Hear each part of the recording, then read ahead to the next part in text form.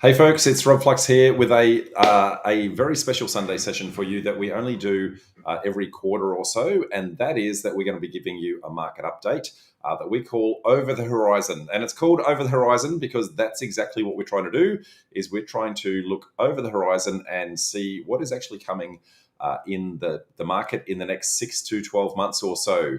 Now, I have to declare, given the nature of the topic, that I am not a property economist. I am not licensed in any way, shape, or form to give financial, accounting, or legal advice. And so everything that I'm going to give you today is really my opinion based on 34 years in the property game and how I analyze the market. Okay, so I highly encourage everybody to do their own research. Now, that said, we're going to cover a little bit of the ground in what we covered in a special event that went for 4 hours just last weekend, and give you a little bit of a summary overview because we had a lot of people who came to us and said, hey, I missed the event, etc. So what I'm going to try and do is condense 4 hours down into about a 45-minute or 60-minute package. So that said, we're going to go through some things relatively fast and not to the same level of detail as what we did last time round. Now, first thing I want to do is talk about the fact that you are always going to see lots of people in the media talking about, where the market is actually going. And the first thing I want you to do is understand that the media commentators are typically talking about the property market with a very specific point of view, and that is long-term buy and hold. Now, as a long-term buy and hold, the things that drive the market are somewhat similar to what we do as property developers, but they're not exactly identical. And so sometimes we need to listen to what they say with a little bit of a grain of salt and apply our own knowledge and experience into the process. Now, the other thing that they're doing typically is they're talking on what is called a market indicator. Now, an indicator is something that is measuring what has already happened. So as in, it might be the median house prices. Well, you can only get a median house price if you actually had a sale that actually occurred. It might talk about auction clearance rates. Well, that is only something that has occurred because the auctions has actually occurred already. So it's actually a measure of something that's happened, okay? What we want to start to talk about is property drivers, which are what are the things that are pushing the market forward and where do we think that's actually going to go? And that's going to give us some insights into, where we think we're going. Now, property indicators have their place, don't get me wrong. They're important as a litmus test to see what is actually happening in the market right now. However, some of the indicators have quite a significant lag on them. We need to be very careful of that. So, for example, a median house price is over a month of median house sales. So therefore, it's going to be at least a month behind. On top of that, you want to start to recognize that in order for that sale to have actually occurred, the person had to think about selling it. Then they had to prepare the property. Then they had to go and research which real estate agent. Then they had to do the marketing. Then they had to actually put it on the market. Then they had to wait for it to settle. So quite often what we're seeing is a sale in the market that is actually reflecting the thought patterns that were happening 3, 4, sometimes 6 months ago, depending upon the nature of the market at the time. And so when we're looking at indicators, it's really important to understand the lag that sits behind them, okay? A property driver, on the other hand, is different. A property driver is something that pushes the market forward, and because it's got such a long reach on it, it influences where the market is actually going. But the nature of these drivers is such that it's like turning the Titanic. So we get to look a long way into the future. A driver might actually change, but it will take a long time to actually impact the market. So we want to use the two of these together in the right way, and we want to look at the drivers to say, well, what's coming, and then look at the indicators to go, well, was I actually right in making that assessment? If you do that continual feedback loop, then what you're going to do is you're going to refine your skills and your ability to improve the drivers. Now, I'm not going to go through any graphics today, but what I am going to do is just kind of walk you through the process that actually sits here. So whenever you're doing this assessment, I guess there's a couple of things that you want to keep in mind. Firstly, what strategy do you have in mind? Because if you're looking at the market with one lens on, you're going to get a very different answer to if you're looking at it with a different lens on. So, for example, are you looking at it for long-term buy and hold? Are you looking for it for subdivisions? Are you looking for townhouses, duplexes, etc.? So the answers to your questions will be slightly different based on the market that you're actually participating in. Equally, there are going to be markets within markets. So there's, I guess, a national market, then there's a state, regional, capital cities, suburbs, and then dwelling types, so houses, units, townhouses, etc. And so those markets within markets, whenever we're looking at these drivers, we want to start, or indicators, either one, we want to start to recognize that when a market commentator is giving a generic point of view, they're quite often doing it at the national level or the state level, or maybe down to the capital city level. But they're generally not going down to the suburb level, and they're generally not going down to the dwelling type level. And so I guess there's a level of granularity that you want to start to think about when you're doing your own analysis on these things. Okay, so what are market indicators? As I touched on, there's a number of things that are measuring what has occurred. So there's stock availability, for example. That would be the number of listings that are actually on the market at the moment. There would be the sales volumes. So how much of that has actually turned over? And then there is a thing called stock on market, which is a representation to say, well, how if we've got lots of listings coming on board and not many selling, how many months supply do we actually have sitting there? And as the months supply shrinks down, that's giving you an indication that we're in a hot market. As the months of supply kind of extend out, that's giving you an indication that we're in a slowing market. There's also, depending upon what you're doing, there's also having a look at investment stock. So you might look at things like vacancy rates and rental yields and that sort of thing. If you're trying to create investment stock, okay, that's probably less relevant if you're doing owner-occupier type stock.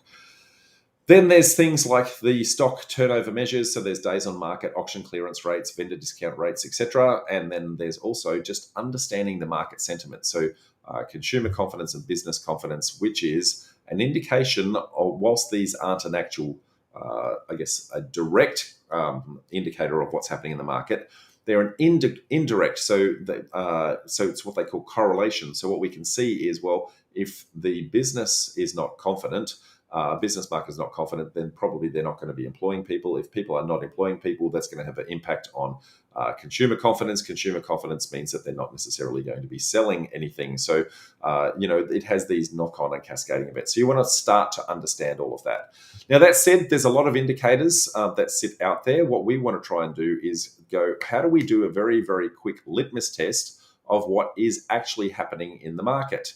Now, you can do this really, really quickly with two metrics and two metrics alone to get just a feel for how the market is actually doing right now. And that is sales volumes and sales listings. And if you start to look at those two together and you keep a regular, consistent eye on the market, then by watching what's happening with the volumes on those, you're going to start to see trends start to emerge. There's a couple of things you want to start to look at. So now, if we look at those two indicators, if both of them are heading in an upwards direction, so sales volumes are going up and the listings volumes are up, that means lots of people are putting stock on the market and they're selling really, really quickly. That's telling you that we're in a confident market. So, the market being confident, price points are going to start to lift, but not necessarily at a super heavy rate, but they are starting to become quite buoyant. Okay. Now, if on the other hand, if those two are pointing the other way, if they're pointing downwards, so see if I can do that downwards. If they're pointing downwards, then what you're going to find is, look, the number of sales are going down, the number of listings are going down. That's telling us that the market is actually concerned. So if the market is concerned, not many people are going to put properties on the market. And those that are actually on the market are generally not going to turn over quite quickly, because the people who are concerned are trying to maintain their price point potentially from a previous boom. Okay, now the next one that you want to start to think about is where it gets really interesting, and that's when you start to get the crisscross effect of, I guess, these markets. And so as you start to see the listings start to climb, as listings are starting to climb, that means that lots of people are trying to put their properties on the market right now. But if in reverse, the sales are going down, then lots of people are putting it on, not much is turning over. All of a sudden, the stock on market starts to extend. and it's giving you a fair good indication that, hey, the market's actually starting to crash. And what you're going to find is that people, the reason why they're not selling is we've come off a previous boom, and people are trying to maintain that high price point, and they try and hit it there all the way. But at some point, somebody gets nervous, somebody needs cash, somebody needs to sell, nobody else is selling it, and they start to drop the price. And then the next guy says, well, if I'm all the way up here, I need the sale because I'm getting desperate. So he drops the price. And then at that point, it starts to have a daisy chain effect, and it starts to cascade, and all of a sudden the market starts to crash. Okay. And then the last one is if it's crisscrossing, but going in the opposite direction. So in this instance, we're going to have sales volumes going up, and we're going to have listings volumes going down. Now, if the listings are going down, that means not many people are putting properties on the market. And so when people are trying to enter the market, not much to choose from, people start to get into bidding wars with regards to the market, because there's not much there and they just need to snaffle it really, really quick. And that's when the market starts to boom. Okay. And what we're really looking for is the tipping points where each of those actually start to change. So as an indicator, remember that what we're looking at is the past and a decision point that people were having maybe 3 months ago to actually put these things on market, plus I guess some lag in the fact that it has to hit the market and then settle and all those sorts of things. What we're really doing is we're probably looking 3 months back to say what was the thinking in the market right there. Okay, so we're already behind the 8 ball when we're actually looking at these things. However, we can be, responsive, very, very quick if we're keeping a very close eye. So that's a quick overview of how you can use indicators to your advantage to look at that. Now, if you're wanting a lot more detail on that, I highly recommend that you go to a gentleman by the name of John Lindeman, who has a fantastic article on how to actually do that. So lindemanreports.com.au, and he's got a really good insights into how to read that, for those of you who are actually wanting to know that. But what it's doing is looking in the past. What we want to do is start to look into the future. Now, before we do that, though, what's my view on where the market is actually currently sitting using just those indicators? Well, when we start to look at, the Sydney market over the last year or so, the number of listings is actually starting to slow down. Okay, so it's gone through a little bit of a zigzag pattern, but it's been down, then up, then down, then up, but down. But overall, it's got a downward trend. Now, it's been a fairly slow downward trend over about 18 months, but slow downward trend it is indeed. Okay, which we'll give a little bit of a summary on in a sec. If we look at the Melbourne market, that's very similar. Okay, so again, a zigzag all the way down, so slow downward trend. If we look at the Brisbane market, then that's actually like a rocket ship down from the number of listings perspective. Now, all of that is just the listings volume. What we want to then do is correlate that against the sales volumes. And when we start to see the sales volumes, for quite some time, they have been all up. So, we've had one in a downward trend, one in an upward trend, creates a bit of a boom, as we touched on before. However, what I want you to note is that the sales volumes are slowing down. And if you start to listen to all the market commentators right now, they're talking about the market turning, and the slowdowns have actually occurred. So there are early signs of that slowing, which now means that both of them are now pointing in that downwards direction. Now, we are just seeing the cusp of that right now. That is telling us, with both of them in a downward trend, that the market is concerned. Now, the market has not yet dropped. It's concerned, which means that right now we need to be alert but not alarmed as to what is actually happening in the market. Okay, so that's, as I said, that's a litmus test of what's actually going on right now. However, what I want you to start to do is start to look ahead. I want you to start to look at what's happening into the future, and what we're going to start to look at is market drivers. Now, market driver is really looking at all the things that the fuel into the market. Okay, and there's lots of these different drivers. In fact, there's 4 different categories, and there's 16 different drivers that are actually sitting there. Before I look at those, though, I want you to reflect on what's the media actually saying about the market right now. And you're going to get a little bit of a mixed bag, but most of them are saying market is dropping. Some of them are saying that it's going to kind of bubble along and then drop off next year. Some of them are saying that it's going to drop off this year. All of them are saying slowing and turning. Okay. Now, so far, they're not. Then we all know that the media is sensationalist. So far, they're not hyping the stories. Okay. As soon as they start to hype the stories, at that point, then we're going to start to see, I guess, the market start to act like sheep because they listen to the media, and they're all going to start to get panicked, and they're all going to start to put lots of properties for sale, and not many people are going to sell, and all of a sudden we're going to get ourselves into a little bit of a slow spiral if we're not careful. So watch what's happening in the media as your early indicator as to what's actually happening. Now, the drivers, however, okay, as I said, 4 categories and 16 different drivers. I'm not going to go through every single one of them in detail, but I am going to give, I guess, the key ones to you. So the 4 different segments, we've got government initiatives, right, and government incentives. So the government, I guess, has a lot of cash, and when the government throws a whole bunch of cash into things, then that tends to create jobs. Where it tends to create jobs, that has a trickle-down effect because the people that are working on those jobs will then start to spend in that local economy. Then that local economy then starts to become more vibrant. Then because it's more vibrant, people start to move there. So the government uses the incentives in order to, I guess, stimulate the market. Now, there are 2 different types of government incentives. There's major infrastructure projects. So they are both federal, state, and local government will have major infrastructure projects. So they might be new highways, new rail, new schools, new hospitals, those sorts of things. So major infrastructure projects that might be in the millions or sometimes billions of dollars. Okay, that the project itself may be anything from 12 months to 5+ years long. Okay, so these are big projects. So what it does is it has this long tail on it because it creates jobs in the economy, and then people start to flock there. Okay, that creates vibrancy.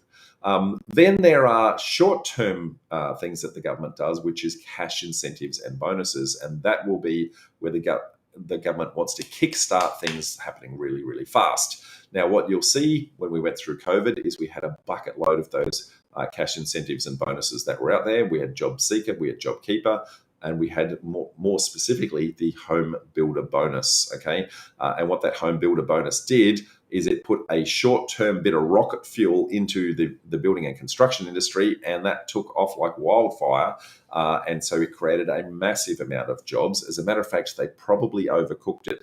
And so a lot of what we have seen in, I guess, the past little while was actually the government spending their way into trying to recover the economy, because they went from, you may recall we're back in black type messaging that the government had nearly 2 years ago. Well, they've gone from there to now a $1.2 trillion debt. Okay, all of that trying to re-stimulate our economy because of COVID. So when they're spending big, that is an indication that there is lots of movement with regards to jobs and the like. Okay, now I'm going to go through each of these in a little bit more detail as to where I think they're going in the next little while.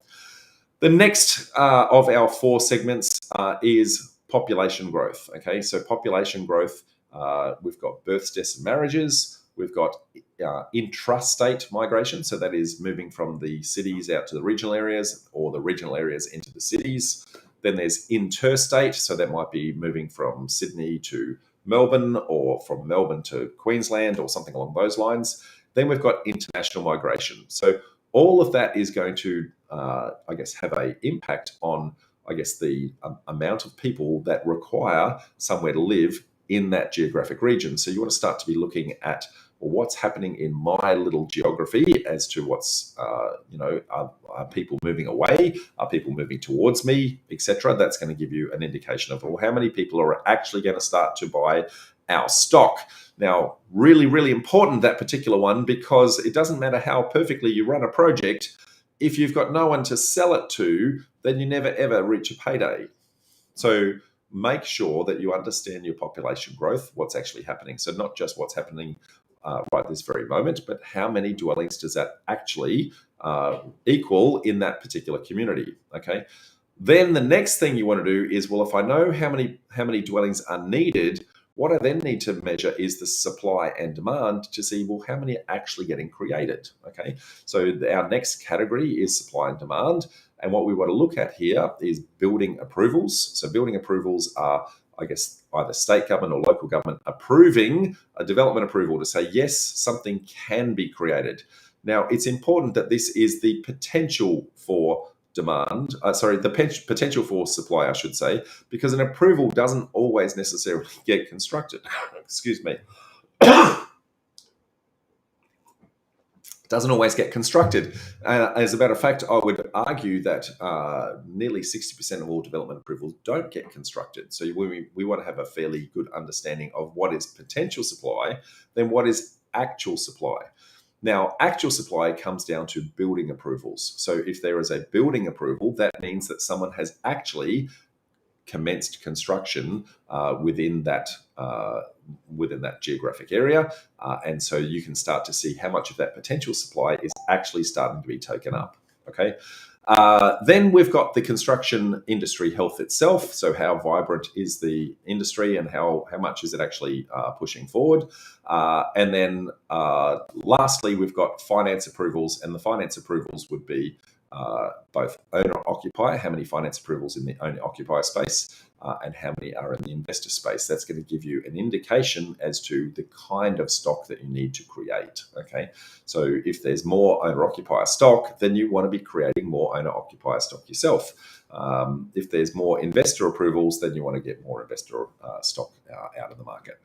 And then lastly, there is our purchasing power. So that is our ability to actually afford to purchase these things in the first place. So, for example, unemployment rates. Well, if we don't have jobs, then we're not going to be able to afford to buy anything because we just don't have the spending capacity that's actually sitting there. Interest rates. Well, interest rates are going to be telling us, I guess, no matter what the purchase price is, our ability to actually afford the debt that's actually sitting there. Then you've got household income and consumption. So that is, well, are we saving or are we spending? Okay, so we're looking at savings rates versus spending rates. And then we've got the what is called fiscal policy, which is the Reserve Bank of Australia and APRA, the Australian Prudential Regulatory Authority, coming up with fiscal policies that will actually impact the lending ability or the ability to actually access cash or debt in order to fund all of these. So they're the drivers, okay? What I'm going to try and do here is give you a little bit of an overview as to where those drivers are currently sitting and what the implications of those are. Now, I do this myself on a fairly regular basis. So about every 3 months or so, I go and review every single one of those. Now, I can predict the questions that are going to come. Hey, Rob, where do you find this out? There's a single website that is going to be super important to you, and that is, if you get yourself a pen, it's google.com, google.com. And if you start to look for some of these things, you're going to find the leads yourself. Now, that said, there is a bucket load of these. You're going to have to wander around. I have close to about 70 different sites that I regularly update these from. So they range from I guess, Australian Bureau of Statistics to the Reserve Bank itself and APRA and a whole bunch of other things. So I'm constantly researching the market to see what's actually happening to give me that well-rounded view of the market itself, okay? So what we're going to now do is to go, well, each of those 16 categories, what we're going to then start to do is have a concept called a headwind and a tailwind. Now, a headwind, I want you to imagine that you're walking down the street and a gust of wind is blowing into your face. It makes it very hard to walk down the street. Now, of course, you can still walk down the street unless that gale is massive, but it just makes it harder. You might struggle in order to do that. So a headwind is something that's going to slow the market down. A tailwind, on the other hand, is like having the wind coming from the other direction and pushing you in the back, and it's actually going to push you forward. It's going to be much easier for you to actually start to move forward. So what we want to do is we want to have a look at every single one of these drivers with that concept of headwind and tailwind. And when we do that, we're going to give ourselves pretty much a scorecard and say, well, how many headwinds are in the market and how many tailwinds are in the market? And when we do this, that should give us an indication of where we're going.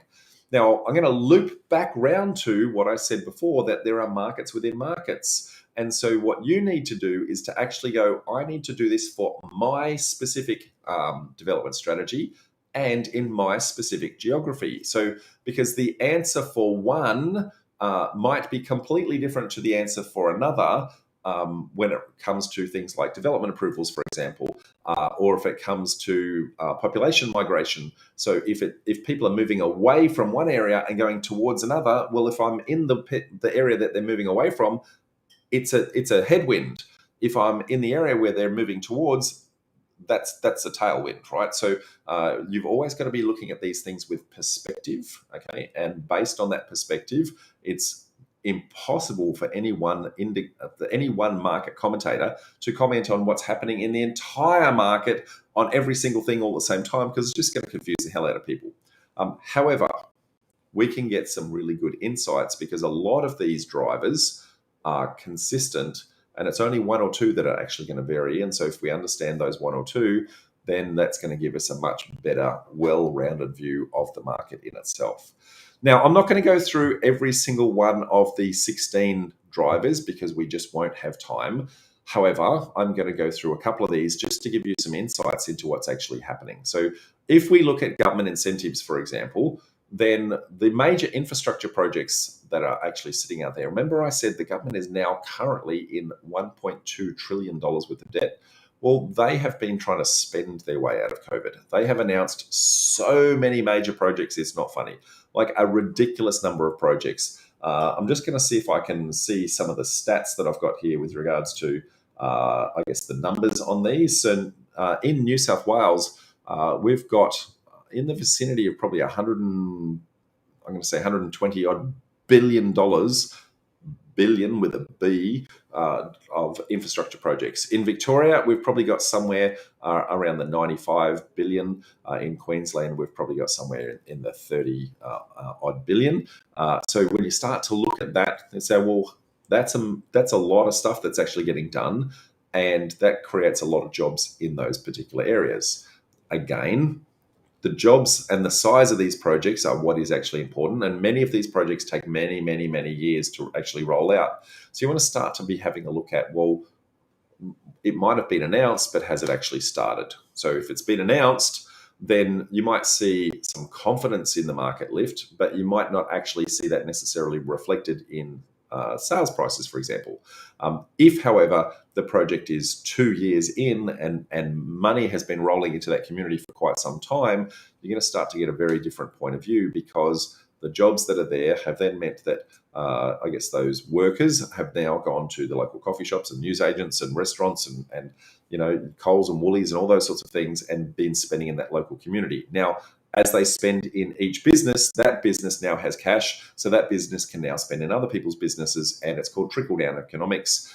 And the whole idea is, look, we can create jobs, send money into the area, and it's going to have this knock-on effect to everything happening in the area.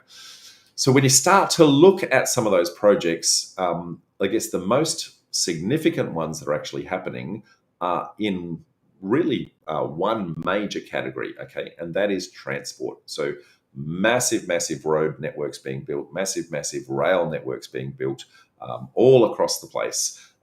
And we're talking billions of dollars in doing that. Okay, now if I start to look at the individual projects that are sitting there, I guess to give you some insights into this, we've got in New South Wales, we've got the WestConnex project. That is $16 billion.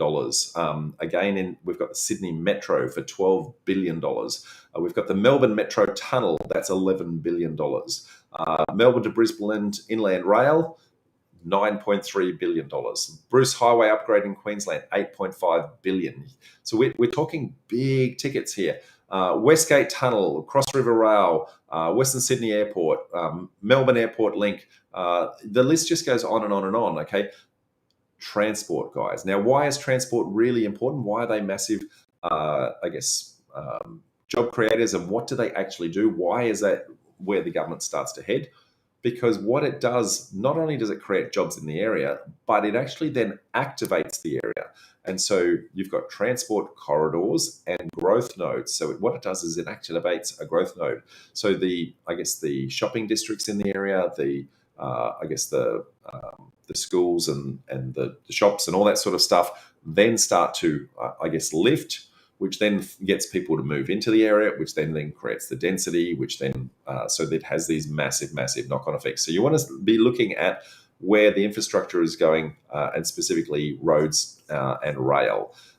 What it also does is, because it's a transport corridor, it means that people can live in one location and they can commute to work really, really easily because they've got really great roads or they've got really great train networks or whatever it is. And so what it does is it allows the city to actually expand without all the density being in one spot, or without people being stuck in traffic forever, which we know that is going to happen anyway, right?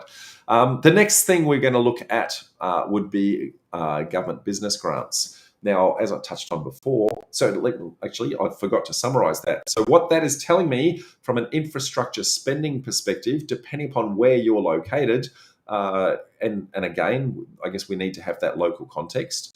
If I'm located in New South Wales, they're getting, 120 or 130 billion dollars. That's a massive up for them. Okay, so that is a tailwind for them.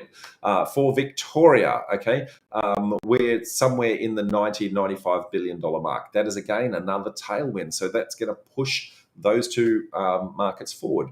Now, Queensland, which is closer to 30 billion, is a small tailwind. It's not as massive as New South Wales and Victoria. So you want to be looking at these things in context, okay?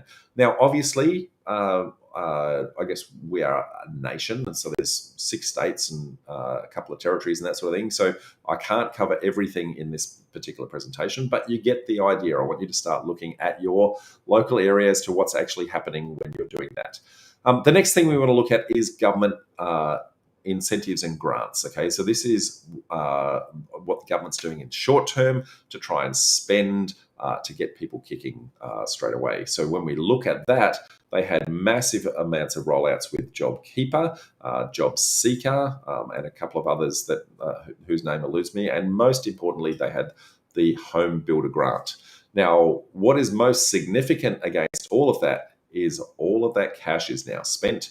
All of those schemes have now closed down, and so what was before a massive tailwind is now tumbleweeds, right? So when we start to move forward from a tumbleweeds perspective, we go, well, that's not going to move the dial either up or down, but rather that's just, we haven't got neither a headwind nor a tailwind. So that has no massive impact on us other than the residual lag that might be happening from any projects that are still in train from when the money was actually announced. So far, depending upon where you're located, we've got, I guess a couple of tailwinds, and we've got a business as usual type of event.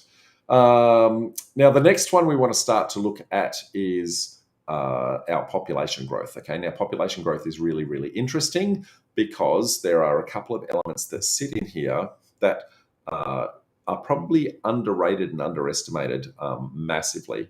Now, we've got our normal births, deaths, and marriages, and the reality is in Australia that our births, deaths, and marriages have been kind of trickling along at almost neutral for, I'm going to say, 70 odd years. We're neither growing nor shrinking. As somebody gets born, somebody dies. And so we're slightly going forward based on births, deaths, and marriages, but it's not going to move the dial. So when we start to look at that, flat line, okay? If we instead have a look at international migration, international migration has been for the last 50 last 50 odd years, international migration has been the thing that has grown our population growth massively. As a matter of fact, we are a nation of migrants, and it is, the population growth that comes from international migrations that are pushing our population up. Now, what is significant in the last 2 years is COVID says that we're going to shut the borders hard.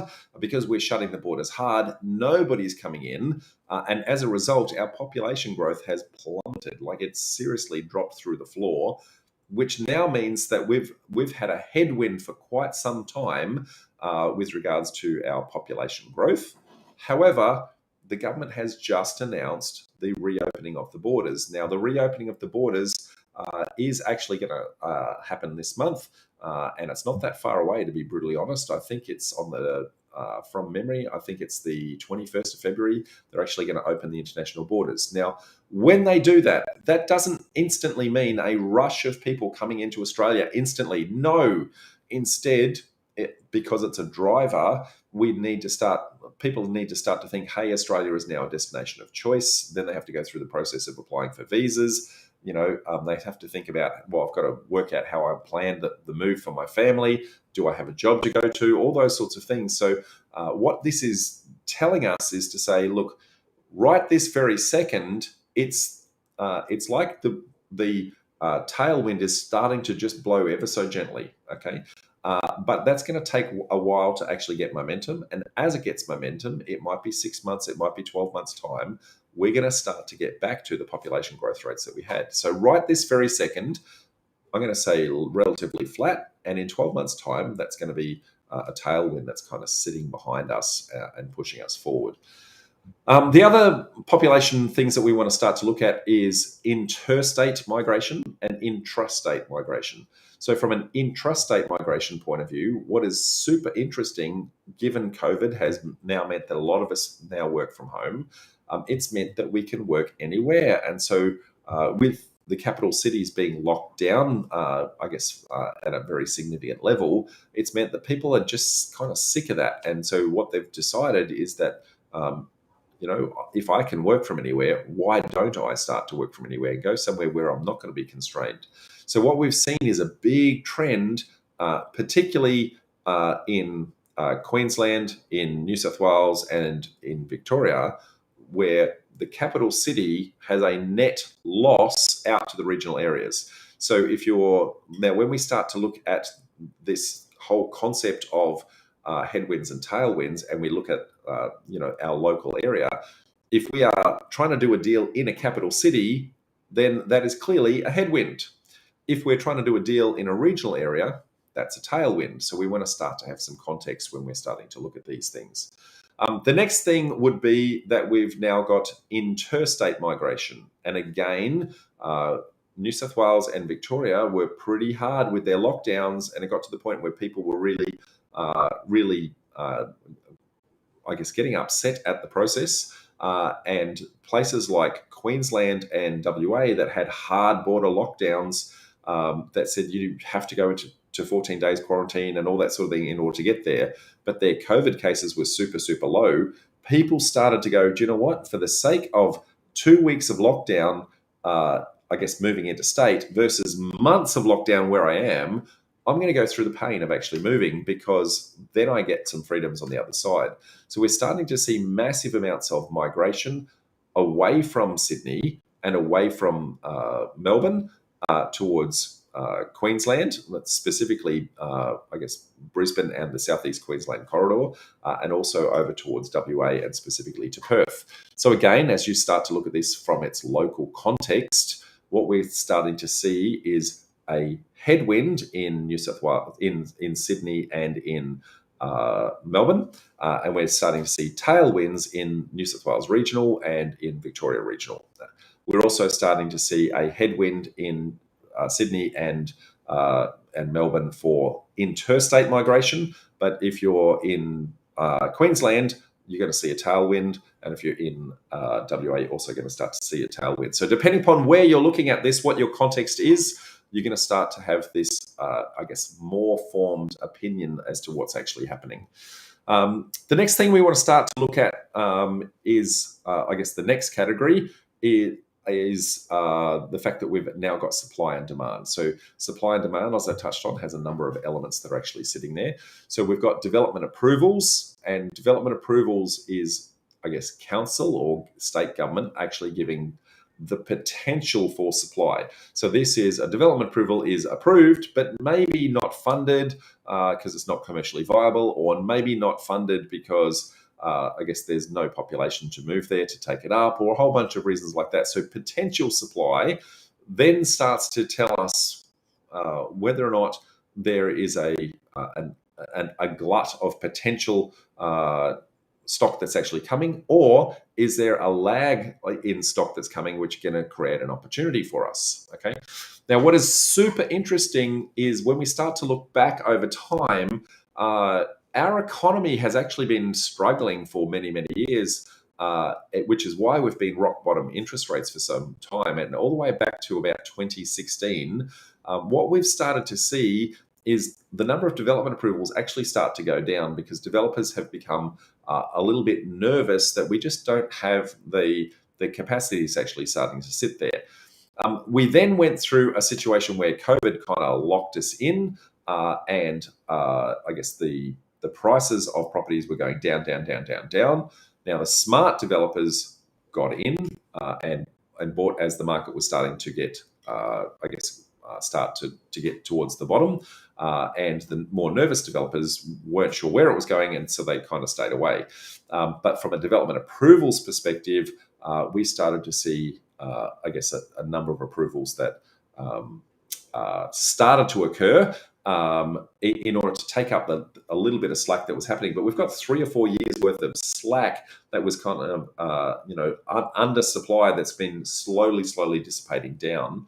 So there's a little bit of a bubble of lack of supply that's kind of sitting in our system. Then we had this really unusual situation because the price points were low, all these development started to happen. And then instantly the government started to, do all the incentives, so cash incentives for home builder. And they instantly started to consume all of the development approvals that were coming in, plus started to consume some of the shrinking supply that had been happening over years. So what we've got is this bubble of undersupply of development approvals that's kind of sitting in our system, waiting to kind of emerge somewhere down the future. Okay. Now, depending upon the state, your development approvals might only last for 2 years, or they might last for 4, unless you actually ask for an extension. So eventually that bubble's going to start to expire. However, right now there's an undersupply of development approved sites compared to the potential that we might have at some point in the future. I would say might, and that might comes based on the population growth. Okay, so because we've had no population growth, we haven't needed the supply right now. But now the borders are open. Remember, I said we were about to have population start to come over the next 6 to 12 months or so. At that point, it's going to start to consume those development approvals relatively quick. Okay, so we want to start to look at that. Over time. Now, again, our economy has been sliding for the last, since 2016 or so. So if we look at a 5-year type trend, building approvals have actually been on a downward slide over those last 5 years or so. However, in the last 12 months, we've had them artificially boosted based on government spending all of those cash incentives based on the home builder package. Now, what that's meant is we've got a trend of down with a burst of up that's consumed all of this stock, but has the burst of up actually changed the trend up, or are we still in that downward slide? It's really hard to tell at this point in time. However, I would be relatively nervous that because it was, government fueled as opposed to fundamentally based, that we are still in a building approvals downward slide. So we want to start to be really, really careful in looking at this last 12 months as a true indication of the driver in that building approvals type capacity. Then the next thing we're going to look at is finance approvals. Okay, now finance approvals come largely in 2 forms. So they are investment loans, and there's also owner-occupier loans. Now, clearly, if you're an owner-occupier, you're wanting to live in something that is where you're going to have your family actually grow up. So it's got a long-term purpose in mind, family, that sort of thing. Now, typically what we find is families have a limited budget in order to do there. So we start to see, typically what you'll see first home buyers go into the market relatively quick.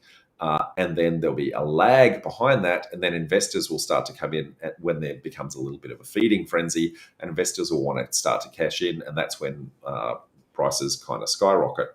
Now, over the last little while, I guess the way that has actually looked is we've had our first homeowners kind of bubbling along like this, and we've had our investors kind of bubbling all the way up here. So they're way up. So investors all the way up here.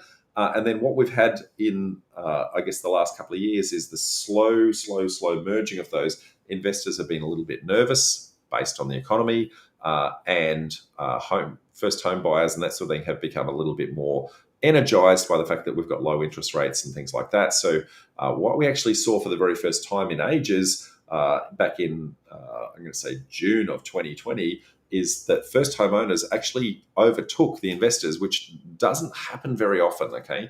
And then instantly, all of these government incentives started to come in, and the government incentives just kind of smashed the market, and then it instantly rocketed back the other way, okay? So what we're seeing is investors are now overtaking first home buyers again, etc. So you want to start to have a look at how does that look in your particular geographic region, and is the stock that you're creating, is it going to be an owner-occupier type stock, or is it going to be an investor type stock? So different kind of product, different quality of standards, I guess different drivers that are actually sitting in there as to the rentability of the property and that sort of thing.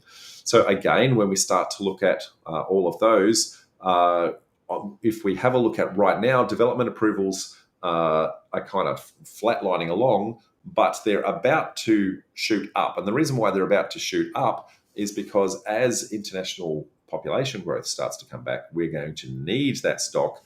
Plus, we've had all those years of lack of stock. So there's this bubble coming through that's undersupply, and we're about to have population that's going to start to push us up. So we're going to have to start to lift our development approvals. We don't have any choice, because otherwise there's just not going to be any stock sitting there. So for the next 6 months, I don't think that's going to change massively, because our population growth hasn't happened and the market hasn't started sliding yet. But as soon as the market starts to slide and the price points become a little bit more effective for developers to actually buy, and when the population is starting to come in, you're going to start to see the number of development approvals lift quite significantly. At the same time, as those migrants start to come in, we're going to start to see, not immediately, but another lag that kind of sits behind them while they come in, they work out, is this the area that I want to live? Have I got a job? Those sorts of things. But eventually they're going to want somewhere to live. And so we're going to start to see a little bit of a further lag. So maybe not 12 months, but maybe 18 plus months, where we're going to start to see the building approvals start to go up. Okay. And equally, you're going to start to see finance approvals start to go up. For the next 6 months or so, though, because there is a lag in the population growth coming, I'm going to see, because the property market has not yet dropped, I'm going to say development approvals are going to be flat, building approvals are going to be relatively flat, finance approvals are going to be relatively flat. If we look in 12 to 18 months' time, I'm going to see all of those are tailwinds. Okay, so development approvals will go up because it's more affordable. Building approvals will go up because there's more people to actually take on the stock.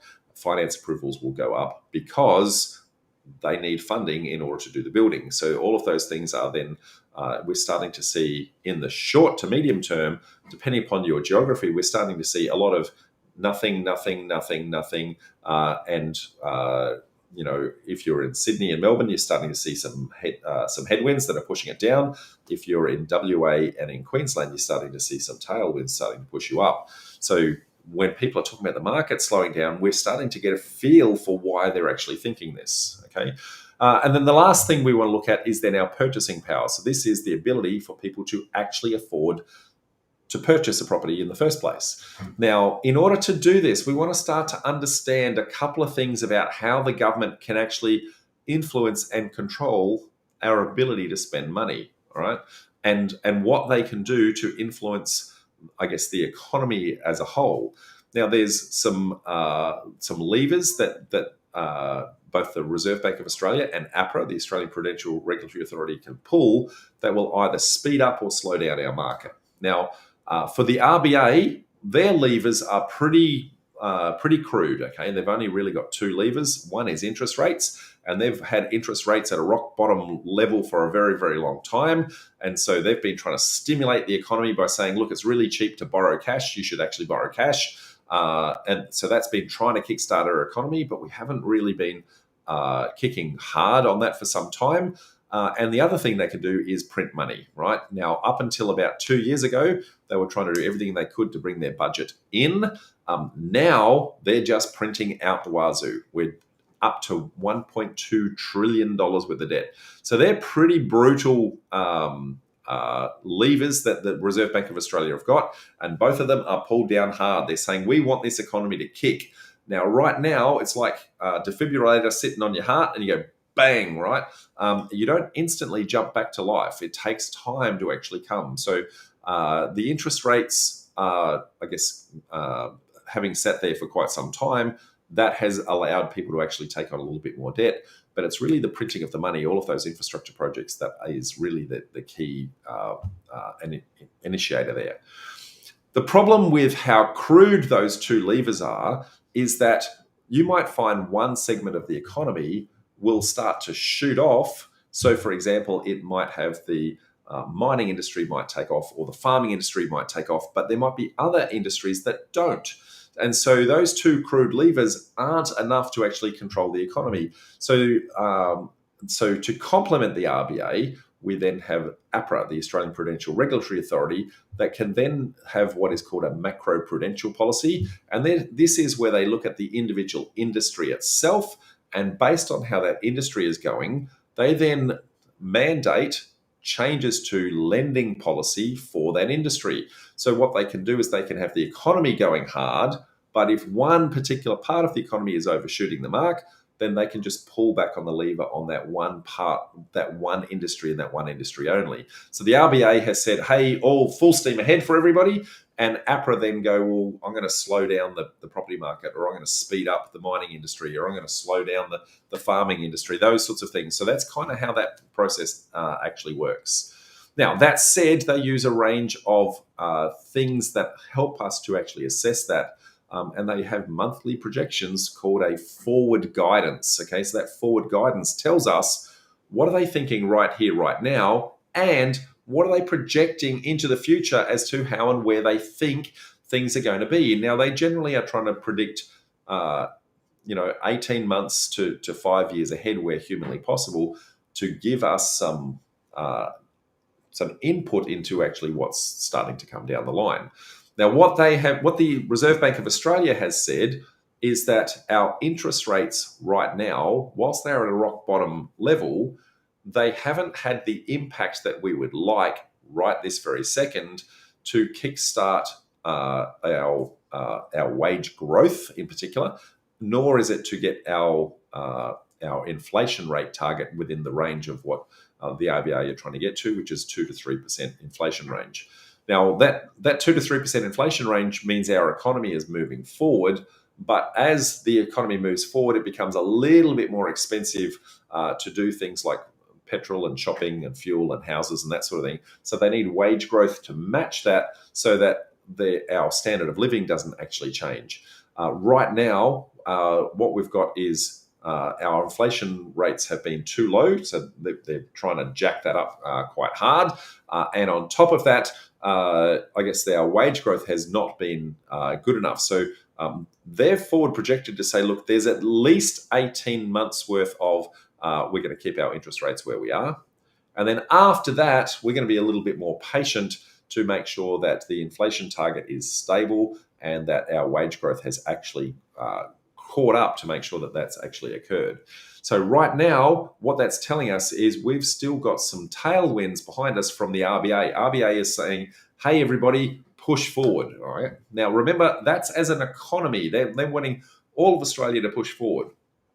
Within an industry, though, APRA is then going to start to go, whoa, guys, we've got, this industry that's overshot the mark and this industry that hasn't quite kicked hard enough and that sort of thing.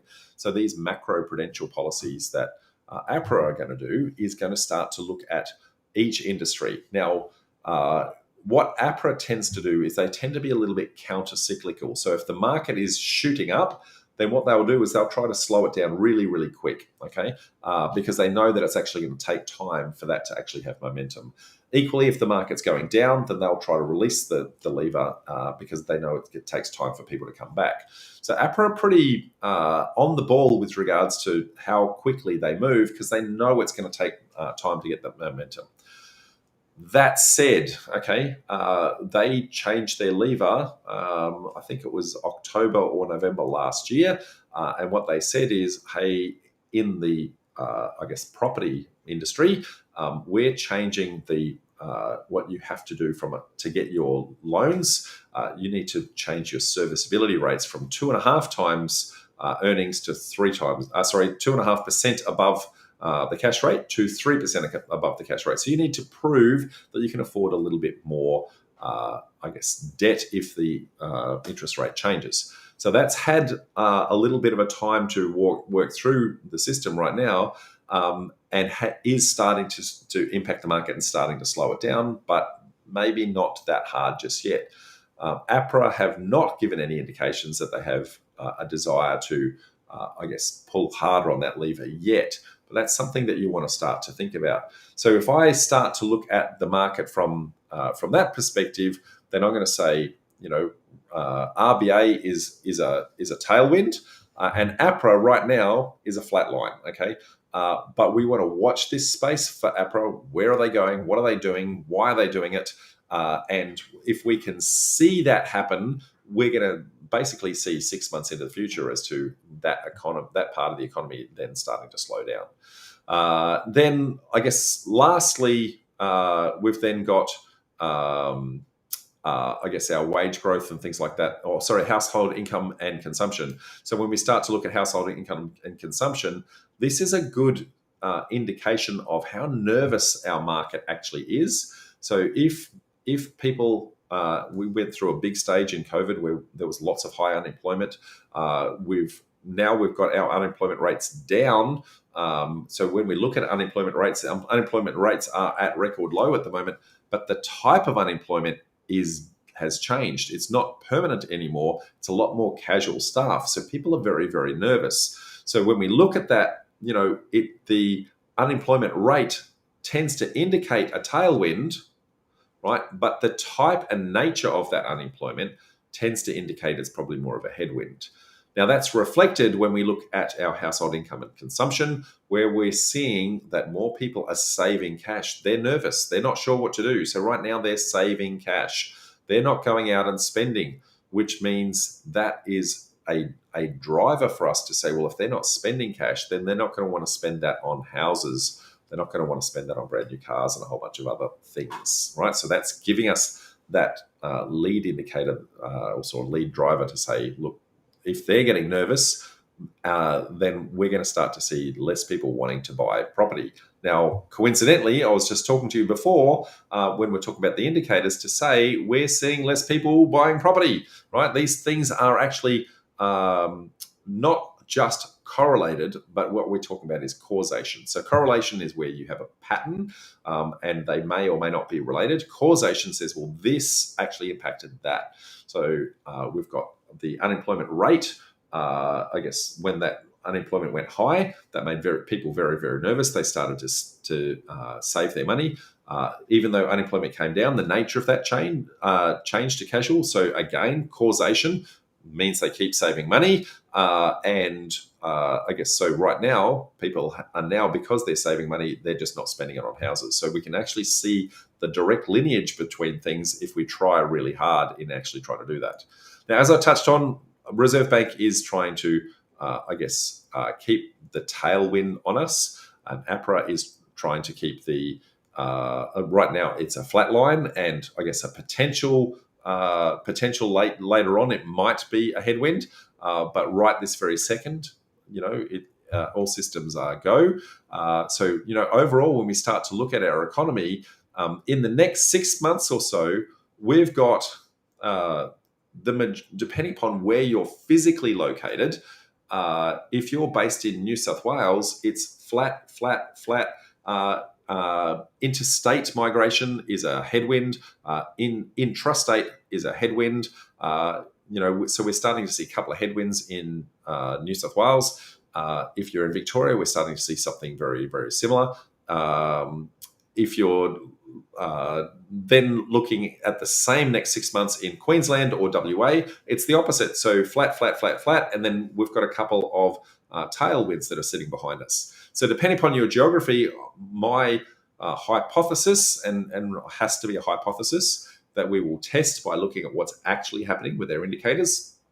Our hypothesis is that we are going to slow significantly and start to drop off in New South Wales, I guess, capital city, Sydney, and Victoria, capital city, Melbourne. But the regional areas are probably going to do okay. So if you're in a regional area, you're probably going to do okay. So we're going to start to see Sydney and Melbourne start to slow, is my prediction. Everything else is kind of flatlining.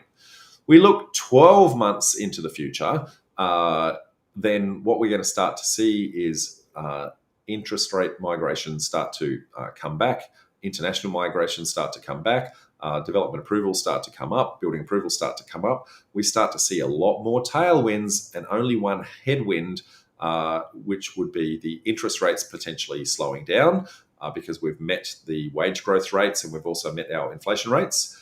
And fiscal policy is a maybe, subject to have we overcooked the mark. So that said, I guess depending upon where you are, my hypothesis and working hypothesis is Sydney and Melbourne is going to slow, not fall off a cliff, but start to slow. Brisbane and Southeast Queensland and Perth, and I guess the wider geographic range around Perth, they're going to start to keep pushing forward in the next 12 months, but not at a massive rate. So we're going to slowly go off in one section and slowly go up in others, depending upon where you are. And then in 12 to 18 months, we're going to have a massive kick, right? And that massive kick is really what I'm trying to get you guys to start to go, well, that massive kick in 12 to 18 months is something that we can start to prepare for right now. Now, in looking at that, where that massive kick becomes super, super interesting is the lack of development approvals that are sitting in the pipeline. So we don't have the potential supply, okay? So that lack of potential supply means that there's opportunity for us to create that potential supply at the exact moment where international migration is going to start to create the demand to take it. On top of that, we've then got, I lost my train of thought there. On top of that, we've got, no, I'm just having a brain fade. Sorry, guys. But that bubble, that lack of supply that's kind of sitting in there, that is really going to be the point of difference for us. And it's about seeing that. Oh, that's the other point. Because if we're in Sydney or in Melbourne, we're starting to see the market drop, right? We're going to start to see that. We're going to start to see a lot of vendors get very, very nervous because they had these peak price points that are happening kind of right about now, that all of a sudden they can't get those peak because nobody wants to buy because we're in a concerned market right now. And pretty soon we're going to be in a slightly downward market. So they're going to start to get nervous. That's going to start to create opportunity for us. As it creates opportunity, there gets to be opportunity to do really creative terms with low and no money down, where we get to control the property rather than own it. Because what they want to do is they want to maintain that price point. And before, whilst it was a booming market, they'd get the high price point and people would come pay cash unconditional. They didn't need to do terms. Right now, nobody's buying it. It's going to be tumbleweeds, which means that if they want the high price point, they're going to have to give us flexibility on time, or potentially even stay in the deal and share in the risk. So that's kind of my read on the market for the next 6 to 12 months, folks. Again, need to stress, I am not an economist. I am not legally allowed to give you, financial accounting advice or anything like that. So this is really just my knowledge that I'm trying to pass on to you so you can teach yourself in how to actually read these markets yourself. Now, that said, what I'm going to try and do is see if I can go out to, Facebook land and see if we actually have any questions. Now, I didn't prepare this earlier, so I'm not sure if I'm actually going to get the questions in time. So give me 2 secs. just a little bit of button pushing here, folks. Be patient with me.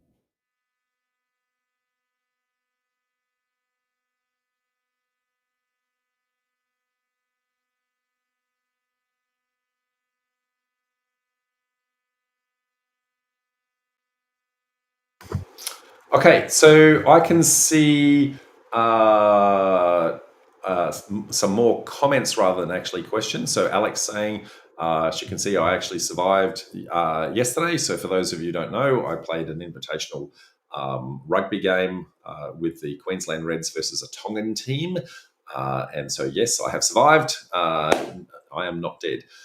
So the question that Alex has got, given Australia is now at record debt levels due to COVID, do you anticipate the repayment of this debt having an effect on the property market, e.g., increase in GST rate, increase in personal income tax or company tax?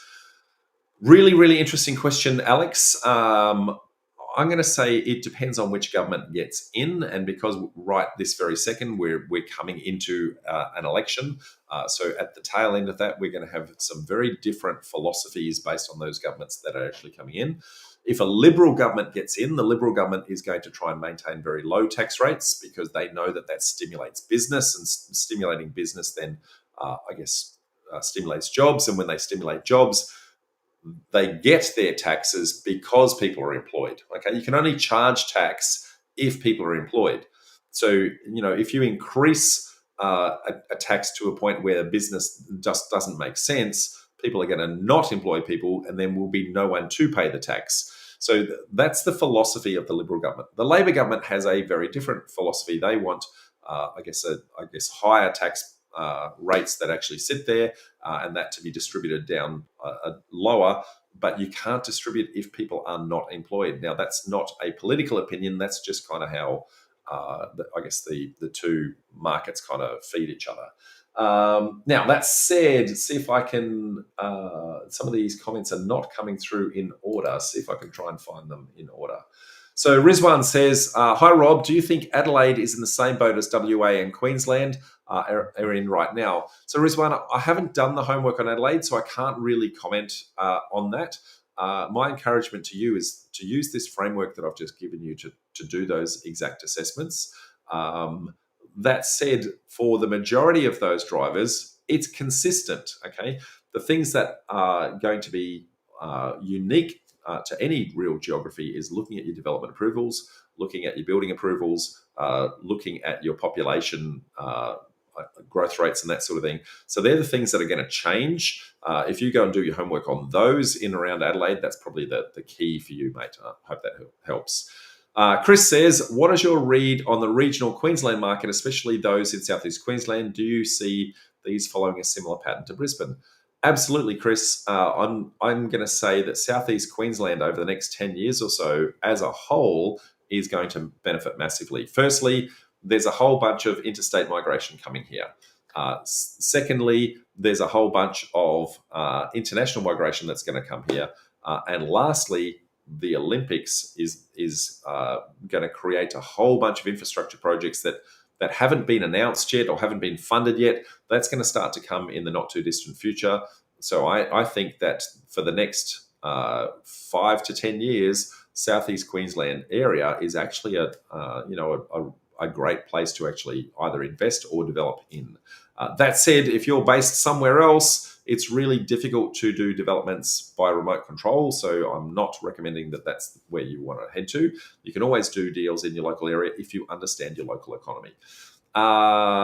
Okay, so now for some reason, I don't know why, but I'm getting all of these questions out of order. So give me 2 seconds to see if I can change that. Let me...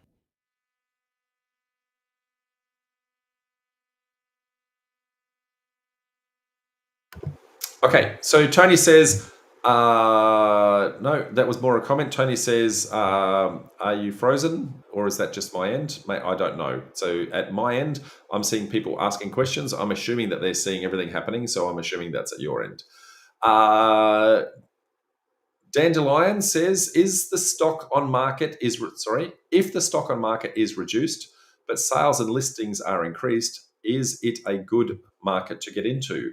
So as I touched on before, it's the crisscross of those that are really the indicator to you that things are actually starting to change. So where they're going, and I'll repeat the information that I gave you before, so you pick up on the trends that you want to look at here.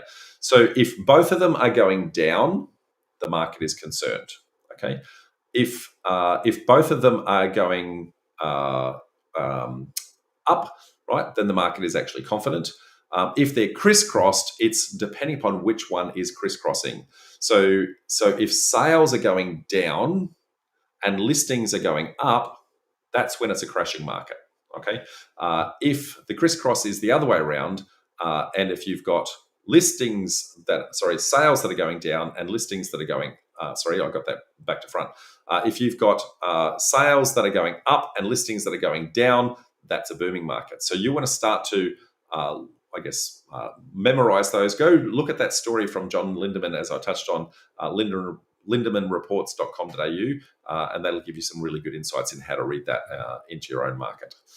Okay, so Alex, I've already grabbed. So Robert says, what are your thoughts on coastal lifestyle areas like Burleigh Heads, Rob?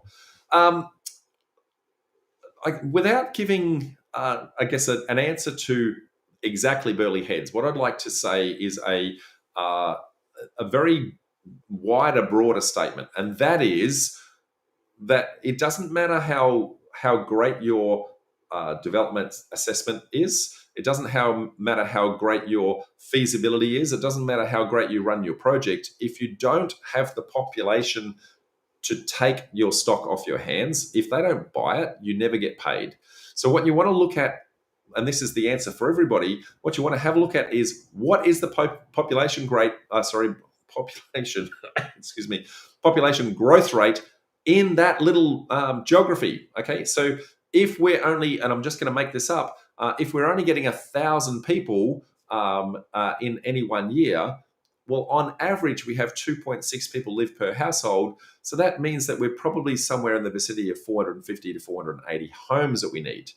Now, if we've, on the other hand, got 10,000 people, well, that's 4,500 homes, and it's very, very different. Okay, so you want to start to look at the geography itself and say, well, what is the population growth rate of that area? So Australian Bureau of Statistics are going to give you some really good insights into that, and hopefully that'll give you some insights. That said, you can then go do that at Burleigh Heads. I don't have any clue at all what the growth rate is in Burleigh Heads. I'd be making up a number, and I wouldn't be prepared to do that, but I'm sure that you can now. So Chris says, what is your read on the regional market, regional Queensland markets, especially those in South East Queensland? I actually answered that one before. Sorry, I got that out of order. Peter says, hi, Rob, do you see the potential for Sydney and Melbourne to boom if employers force their staff back into the office, especially with international migration? I see them booming in 12 to 18 months, right? Do I see them booming in the next little while? No. That would be, I think it would be politically very challenging for people to change employers en masse to actually change that. I think what you'll see is a slow migration back. It'll be something that happens over the next 2 to 3 years. Right now, everybody has proven that they can work remotely, that they are successfully working remotely. So employers are going to have to kind of pull that back one by one. As new employees come in, they tell them to come back to the office, right? The other employees that are out there might be much harder to try and convince that to actually occur. So I think that's a slow process. If it were to occur, if tomorrow they said you must work in the office across the board, then yes, of course, that's going to have an impact. But even then, that's going to be a net migration of nothing. So that's, at the moment, it's a negative migration out. That'd be a net migration of nothing. And as a result of that, I don't think it'd be either a headwind or a tailwind. So we want to, I guess, be very cautious of where that's kind of sitting. That said, folks, I can't see any more questions coming here. So I want to thank you all for your time. Hopefully you got plenty out of that. The key message that I want all of you to take away is Now is the time to prepare. Now is the time to educate yourself. Go out, work out what your development strategy is, work out where you want to start to do that. You've got time right now. You've got time to educate yourself. You've got time to put the effort in and know how you're actually going to do this in time for what I think is an inevitable upswing in 12 to 18 months' time. So that said, I'm going to sign off from there, folks. It's been a pleasure, and I will see you all at next week's Sunday session. Bye for now.